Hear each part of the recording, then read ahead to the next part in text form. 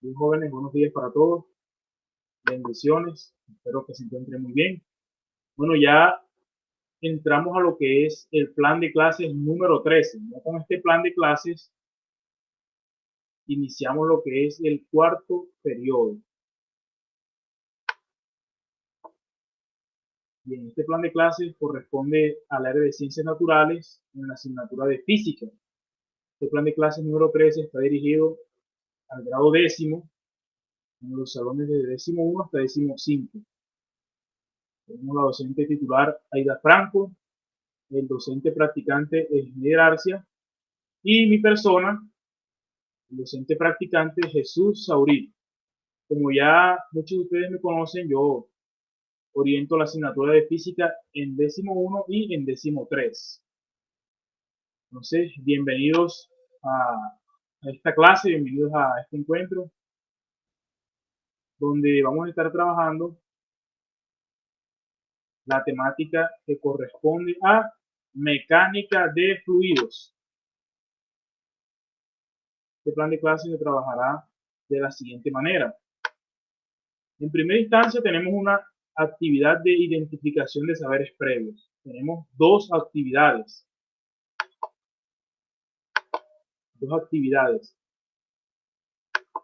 La primera actividad consiste en lo siguiente. Dice, realiza la siguiente actividad siguiendo los pasos que se describen a continuación. El paso 1. En una botella de plástico, así como lo ven aquí en la imagen, en una botella de plástico vierte un poco de aceite, es decir, vas a coger una botella de plástico y le vas a echar aceite, aproximadamente una cantidad de 3 dedos. ¿Sí? Entonces, tú tienes la botella ahí, lo llenas 3 dedos, así como se observa aquí. El paso 2 es, ahí mismo, en esa misma botella de plástico, vas a echar un poco de agua, 3 dedos de agua también. Es decir, después que echaste el aceite, vas a echar el agua. Entonces te dice, lee con atención y luego responde las siguientes preguntas.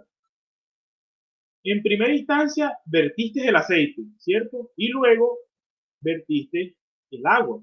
Entonces se supone que si viertes primero el aceite y luego viertes el agua, como vertiste primero el aceite tiene que quedar abajo y el agua arriba. Eso es lo que se supone. Es decir, que debe quedar en el mismo orden en que viertes los líquidos. Sin embargo, entonces viene la primera pregunta. ¿Fue esto lo que sucedió? Es decir, ¿quedó debajo el aceite y arriba el agua? Tú vas a responder si sí fue eso lo que sucedió o no. Entonces la siguiente pregunta es, si quedó debajo el aceite y arriba el agua, ¿por qué crees que sucedió esto?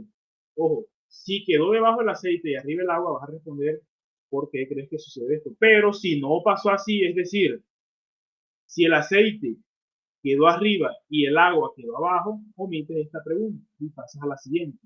Entonces viene la pregunta 3. Si quedó debajo el agua y arriba el aceite, vas a responder, ¿por qué crees que esto sucedió? ¿Por qué? Y la cuarta pregunta es, ¿crees que tiene que ver con el peso de los líquidos? Es decir, ¿crees que tiene que ver con que de pronto el aceite pese más que el agua o viceversa? O sea, ¿crees que tiene que ver con eso? Y vas a responder, ¿por qué? Esa es la primera actividad de saberes previos. La segunda actividad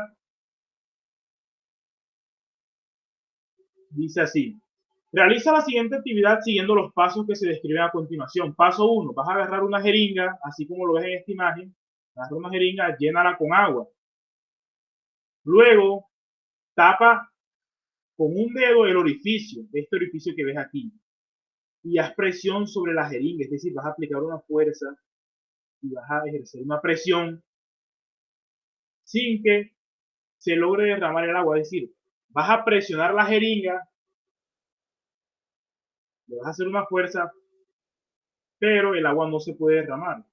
Entonces vas a responder lo siguiente, lograste comprimir el agua, es decir, cuando tú le aplicaste la fuerza sin que se derramara el agua, lograste bajar este pistón que se ve aquí, lograste bajarlo. o por mucha fuerza que le aplicaste no lograste desplazarlo, eso es lo que vas a responder, ¿lograste comprimir el aire? En el paso 2 vas a hacer prácticamente lo mismo, pero ya no va a ser con agua, ahora va a ser solamente con aire. La vas a llenar con aire, le vas a tapar el orificio y vas a hacer presión sobre la jeringa sin que se escape el aire. Luego vas a responder, ¿lograste comprimir el aire? O sea, ¿lograste desplazar este pistón que está aquí? Si lograste comprimir el aire, escribes, sí, logré comprimir el aire, o si no, escribes, no logré comprimir el aire. Y luego vas a sacar una conclusión de acuerdo a los resultados, suponiendo. Si aquí el agua no la lograste comprimir, escribe, no logré comprimir el agua. Sin embargo, quizás si lograste comprimir esta jeringa con aire, entonces dependiendo de eso, tú vas a sacar una conclusión. Eso en cuanto a las dos actividades de identificación de saberes previos. Ya en la parte siguiente, que es la parte de la conceptualización, iniciamos trabajando lo que es esta parte de los estados de la materia. Como ya todos sabemos, hay 4 estados de la materia. El estado sólido, que es el que muchas veces nosotros vemos, el sólido. El líquido, que también lo vemos a diario, el agua que ingerimos. El estado gaseoso, también lo vemos, lo conocemos a diario, lo que es cuando, por ejemplo, evaporas el agua, se forma un gas. Tenemos también el estado plasmático. ¿Qué es el estado sólido?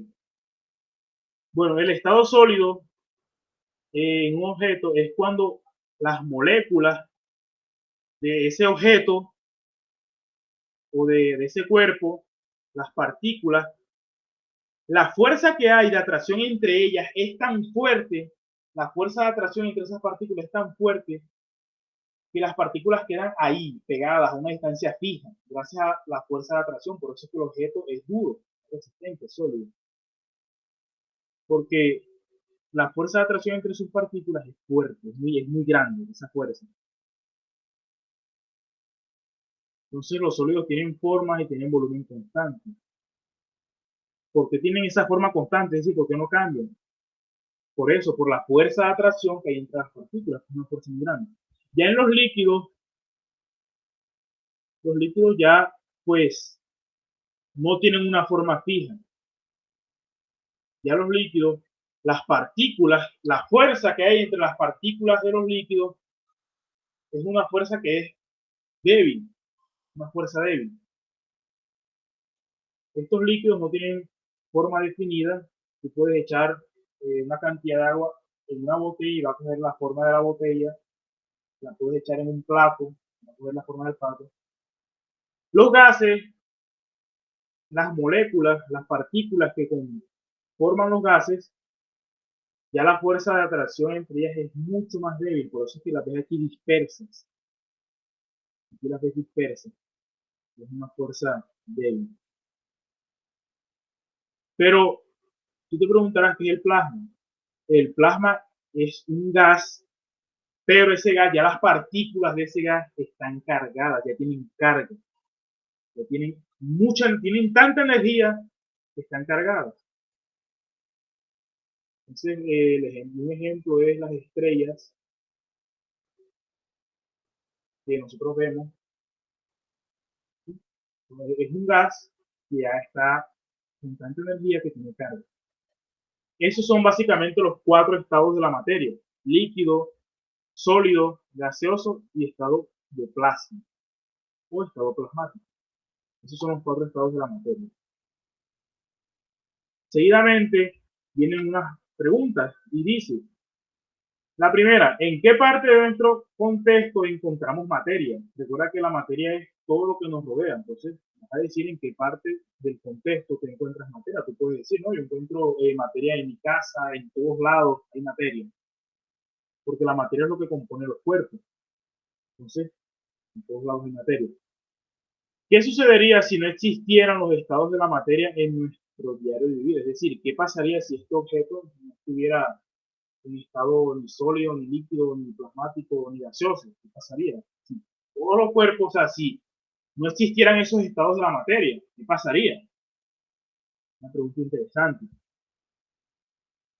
Entonces, como ya dijimos al inicio, vamos a trabajar lo que es la mecánica de fluidos. ¿Qué es un fluido? Un fluido es un conjunto de moléculas que se mantienen unidas, pero se mantienen unidas gracias a las fuerzas débiles, ojo, fuerzas débiles que hay entre esas moléculas. Ya lo habíamos dicho anteriormente. En el estado líquido, las moléculas tienen una fuerza de interacción débil. En el estado gaseoso, mucho más débil. Y en el estado plasmático, recuerda que el estado plasmático es un gas cargado. Entonces, los fluidos serían los líquidos, los gaseosos y lo que está en estado plasmático. Esos serán los fluidos. Entonces, aquí vamos a estudiar cuál es esa mecánica o cuál es ese comportamiento de los fluidos.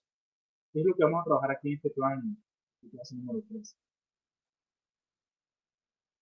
Vamos a trabajar lo que es la densidad, ¿cierto? La densidad. Pero para trabajar esta densidad tenemos que tener varios conceptos claros. Lo que es el volumen. El volumen se define como el espacio que ocupa un cuerpo. El espacio que ocupa un cuerpo. Mira este balón y este otro. Este balón grande ocupa más espacio que este pequeño. Entonces, como este ocupa más espacio, este tiene mayor volumen. Y la masa es la cantidad de materia que tiene un cuerpo. Siendo la materia esa sustancia que forma ese cuerpo. Supongamos, mira este globo.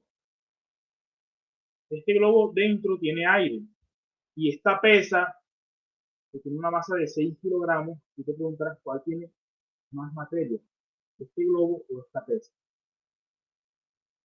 En este caso, como este tiene más masa, que es el objeto que pesa 6 kilogramos, este si lo pesas, pues no va a pesar tanto. Este objeto es el que tiene mayor materia. ¿Por qué tenemos que tener en cuenta estos conceptos de masa y de volumen? Ya lo vamos a ver. Vamos a analizar estas dos botellas. Mira lo que pasa con estas dos botellas. Estas dos botellas ocupan el mismo espacio. Esta botella ocupa el mismo espacio que esta. Tienen la misma forma, ocupan el mismo espacio. Pero si yo llevo esta botella con agua y la peso en la tienda, supongamos que me dice pesa 1 kilogramo, vamos a suponer que pesa 1 kilogramo, pero está con aire y no va a pesar lo mismo. Esta va a tener una masa menor. Esta tiene una masa de 1 kilogramo, suponiendo, pero esta va a tener una masa menor. Entonces, ¿cómo es posible que dos cuerpos que aparentemente son iguales, cómo es posible que tengan diferente masa? Entonces, ahí es donde entra el concepto de densidad. La densidad es la cantidad de masa que hay en un determinado volumen. Aquí en esta botella hay más masa que en esta botella. Entonces, como en esta botella hay más masa, esta botella, el líquido de esta botella, que es el agua, tiene mayor densidad que el aire. La densidad, matemáticamente, se simboliza con la letra Rho, una letra griega, Rho, que es igual a la masa sobre el volumen. Entonces te dicen, la densidad del agua es de 1000 kilogramos sobre metro cúbico. Es decir, mira, si yo tengo una tina de 1 metro cúbico, es decir, 1 metro de alto, 1 metro de largo y 1 metro de ancho, y yo lleno esa tina con agua, en ese metro cúbico de agua hay una masa de 1000 kilogramos. Y si yo cojo 1 metro cúbico, es decir, un cubo que mide 1 metro de alto, 1 metro de largo y 1 metro de ancho, y lo lleno con aire, dentro de ese metro cúbico va a haber una masa de 1.29 kilogramos. Es por esto que la botella con agua tiene más masa que la botella de aire, que la botella que está llena con aire, porque su densidad es mayor. ¿Cómo así su densidad es mayor? Que en un volumen hay más masa. Eso es lo que es la densidad, la cantidad de masa que hay en un determinado volumen. Seguimos con el siguiente tema, que es la presión. La presión es la cantidad de fuerza que tú aplicas en un área determinada. Eso es lo que es la presión. Mira esta jeringa. Esta jeringa tiene aquí un área y tú aplicas una fuerza, que es una presión. Aquí, este tornillo aquí tiene un área, esta cabeza del tornillo aquí le aplicas una fuerza, ahí está ejerciendo una presión, ¿cierto? Eso es lo que es la presión. Se define como la razón entre la fuerza perpendicular ejercida sobre un área, sobre una superficie. Es decir, ¿qué tanta fuerza se efectúa sobre una determinada área? ¿Okay? Entonces tú te preguntarás, ¿por qué sientes más dolor cuando recibes un pisotón o una pisada de una persona que lleva unos zapatos con tacón que una que lleva unos zapatos planos? O sea, si a ti te pisan con un zapato plano, listo, te pisaron, te dolió, pero si te pisan con un tacón, te va a doler más. ¿Por qué? Porque mira, este área que está aquí es un área pequeña y la fuerza es el peso de la persona. Como es un área pequeña, la fuerza, la presión va a ser mayor. Pero aquí, cuando los zapatos son planos, el área es grande. Entonces, como el área es grande, la presión es menor. Es por eso que sentimos que nos duele más cuando nos pisan con tacón que cuando nos pisan con un zapato plano, por la presión que ejerce sobre nuestro pie cuando nos pisan. Hay mayor presión cuando hay menor área. Y hay menor presión cuando hay un mayor área.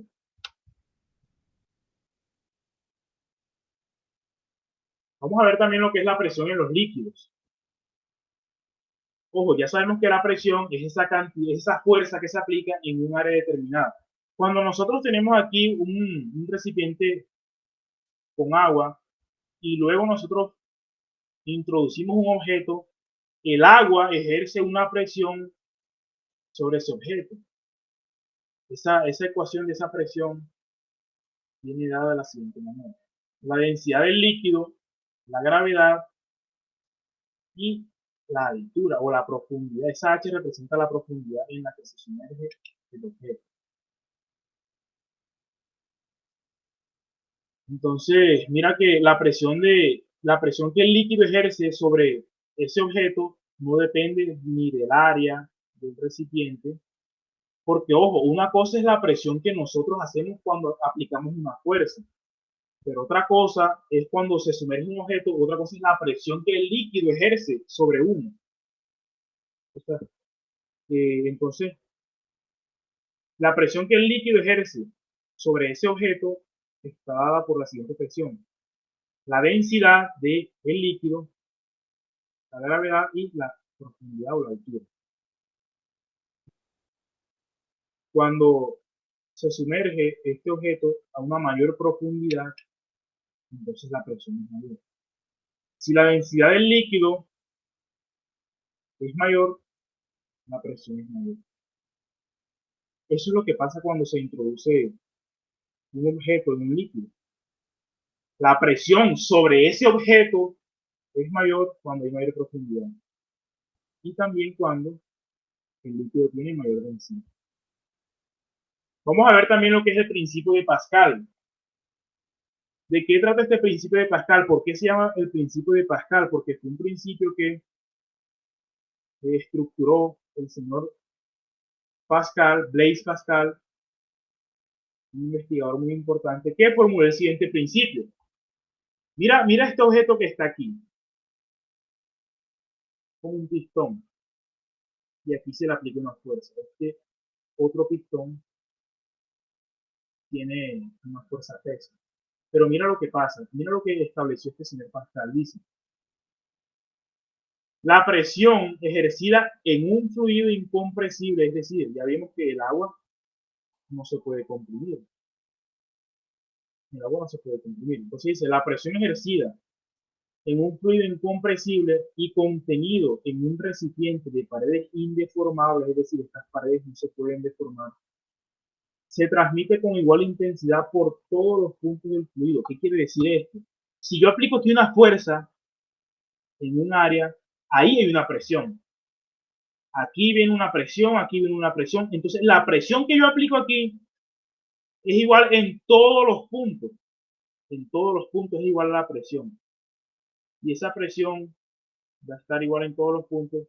Y como va a estar igual en todos los puntos, aquí se va a formar también, aquí va a haber una presión.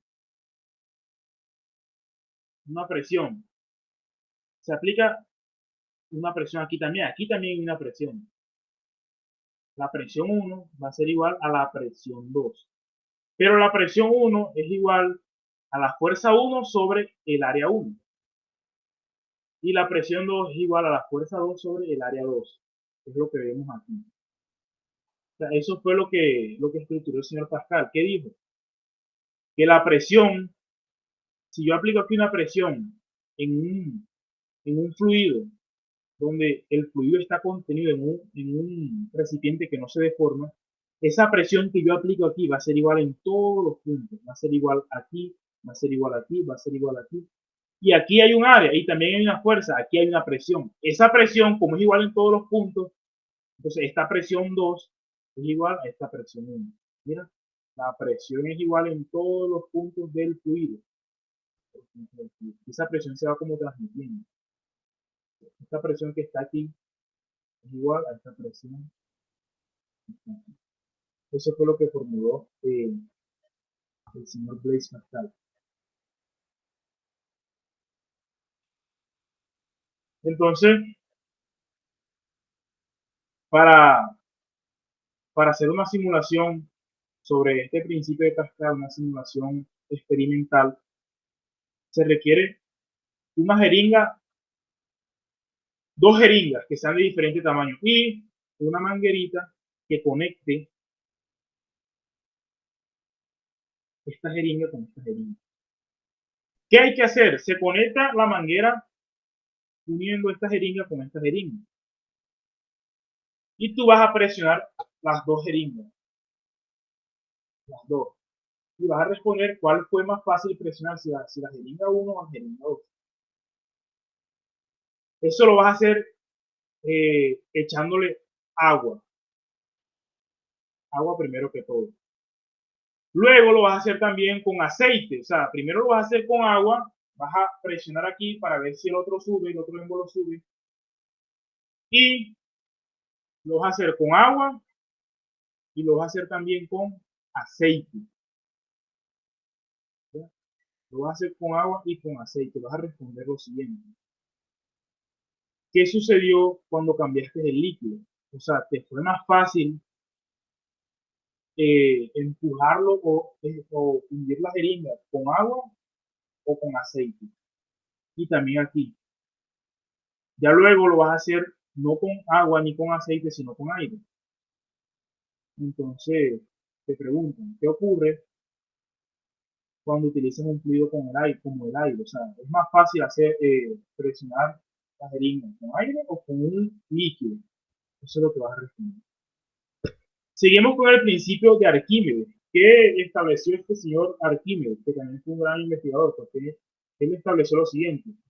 Vamos a analizar lo que pasa aquí. Resulta que pasa que tenemos una tina con agua, ¿cierto?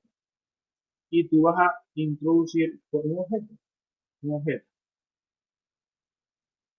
Cuando tú introduces ese objeto, el agua ejerce una fuerza de empuje hacia arriba. O sea, el agua como que se opone y ejerce una fuerza de empuje hacia arriba.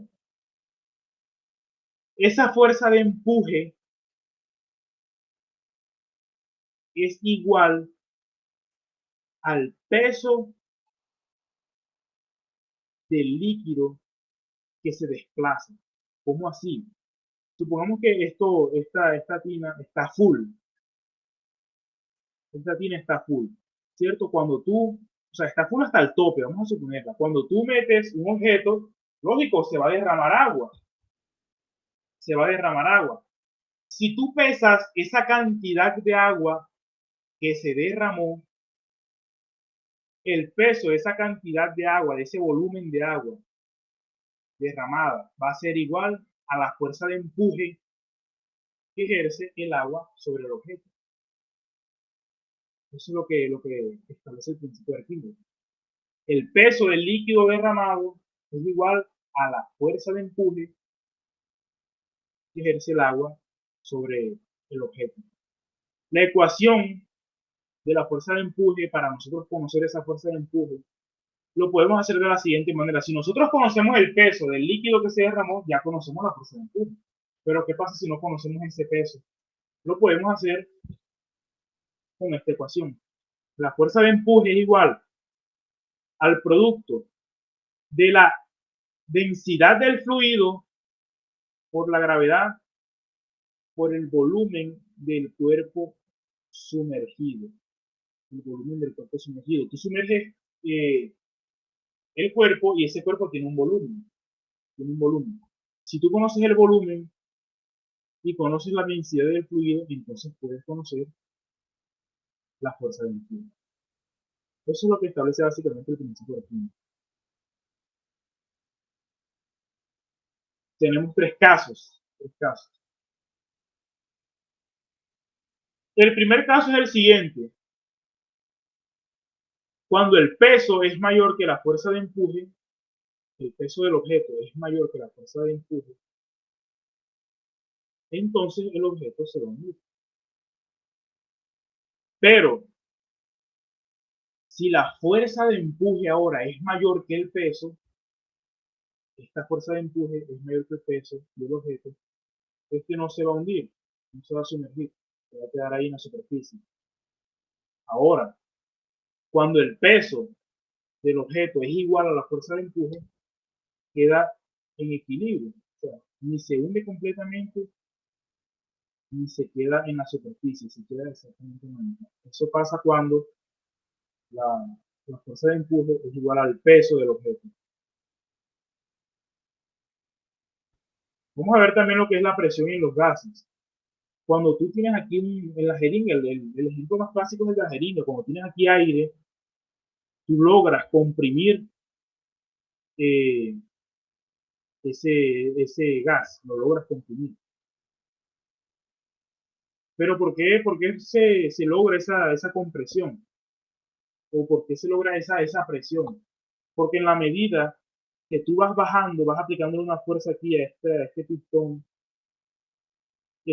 la fuerza que hay entre las moléculas o las partículas de ese gas va a aumentar. Entonces, como esa fuerza aumenta, la presión aumenta.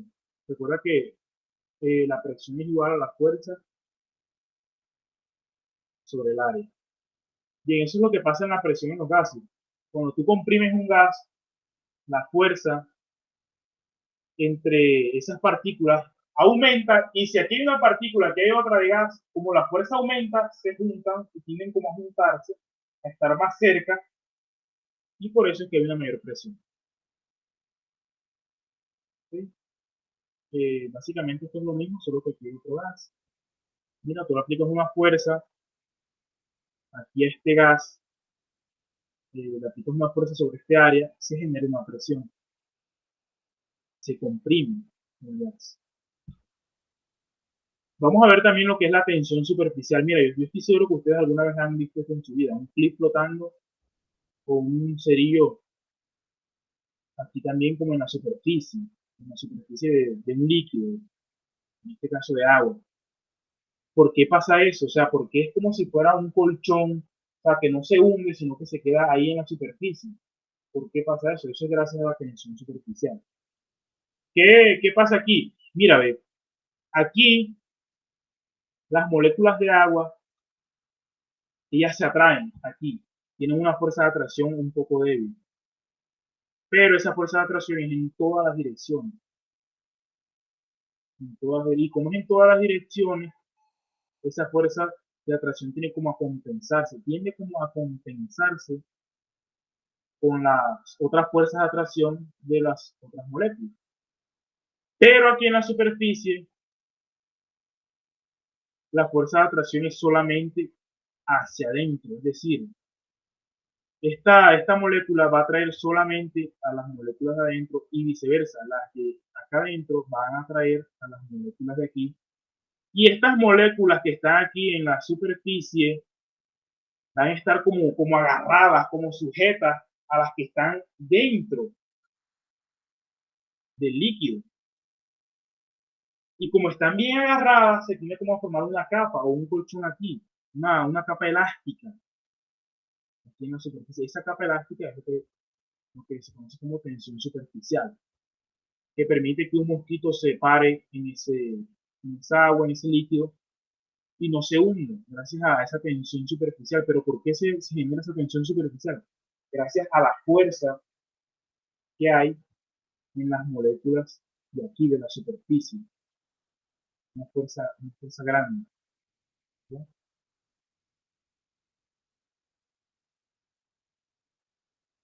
Entonces te dicen que realices un experimento en tu casa. El experimento se llama el clip que flota. El clip que flota. Se llama el experimento. ¿Qué tienes que hacer? Tienes que agarrar un clip entre tus dedos y tratar de hacer que flote. O sea, vas a coger un plato con un plato y lo vas a llenar de agua. Y vas a colocar un clip con los dedos, vas a tratar que el clip quede flotando. En caso de que el clip no flote, o sea, que no puedas hacer que el clip flote, puedes utilizar otro clip que sirva como ancla para sostener el otro clip. Es decir, tú pones el clip, aquí este es el clip. Con la ayuda del otro clip, vas a tratar de ponerlo con cuidado en el agua. Para de esa manera lograr que este clip esté flotando. Eso es lo que vas a hacer. Los clips tienen que estar secos antes de introducirlos. Y vas a explicar por qué flota el clip. Eso es lo que hay que hacer también aquí en una actividad experimental que se encuentra dentro de la línea. En la parte del desarrollo de competencias viene una actividad. ¿Qué consiste la actividad 1? Vas a explicar de manera detallada, vas a sacar una o más conclusiones de cada experimento que se propone en la conceptualización. Es decir, aquí en este experimento vas a sacar una conclusión y lo vas a montar aquí en la actividad, esa conclusión. Pero se realizan también varios experimentos, como este es otro experimento. Entonces también de aquí vas a sacar una conclusión y la vas a colocar aquí como actividad 1. Y en la actividad 2 vienen unas actividades, unos ejercicios de densidad, otros ejercicios de presión, otros ejercicios de principio de Pascal y otros de principio de Arquímedes. Esto lo explicaremos de manera más detallada en clase, que tendremos ya mucho más tiempo. Aquí este es un ejercicio de principio de Arquímedes, que lo explicaremos detalladamente en clase. Y vienen las actividades de avancemos a la prueba de que también es sobre el principio de Arquímedes y lo estaremos viendo de manera detallada en clase. ¿Ok?